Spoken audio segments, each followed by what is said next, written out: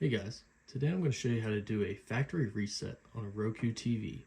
Now please keep in mind, if you do a factory reset, this will reset all of your data, so it'll be like a TV that is brand new, so you also have to re-sign into everything. So I just want to have that disclaimer beforehand.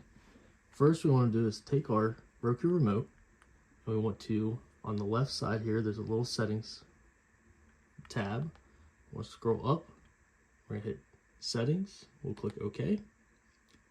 If we hit up again, we're going to see that it has system. We're going to click OK as well.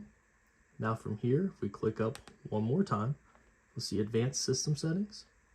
If we click OK, we'll see factory reset. Click OK one more time, scroll down, factory reset everything. It'll give you a PIN number to type in for you to confirm that you want to factory reset everything. Once you type that PIN in and click OK, then your system will automatically restart and go back to factory settings. If you thought this video was helpful, please leave it a thumbs up. Thank you very much.